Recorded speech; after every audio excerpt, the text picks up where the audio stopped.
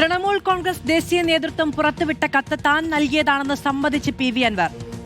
അസംതൃപ്തരോട് ചർച്ച നടത്താൻ ദേശീയ നേതൃത്വത്തോട് ആവശ്യപ്പെട്ടിട്ടും തയ്യാറായില്ല. കോൺഗ്രസുമായി സഹകരിക്കാത്ത ദേശീയ നേതൃത്വത്തിന്റെ നിലപാട് അംഗീകരിക്കാൻ കഴിയില്ല എന്നും പി വി അൻവർ റിപ്പോർട്ടറിനോട്.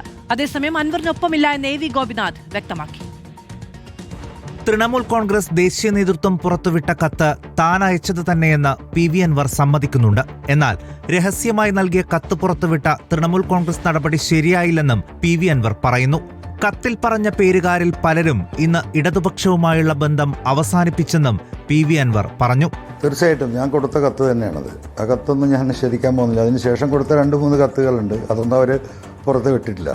കേരളത്തിൽ കോൺഗ്രസുമായി വേദി പങ്കിട്ടാൽ ബംഗാളിൽ തിരിച്ചടിയാകുമോ എന്ന് TMC നേതൃത്വം ഭയപ്പെട്ടിട്ടുണ്ടാകാമെന്നും അൻവർ പറയുന്നു. കോൺഗ്രസുമായി യോജിക്കാൻ പാടില്ല എന്ന അവരുടെ നിലപാട് കേരളത്തിലെ രാഷ്ട്രീയത്തിൽ അത് ഒരിക്കലും നമ്മൾക്ക് പ്രാവർത്തികമല്ല.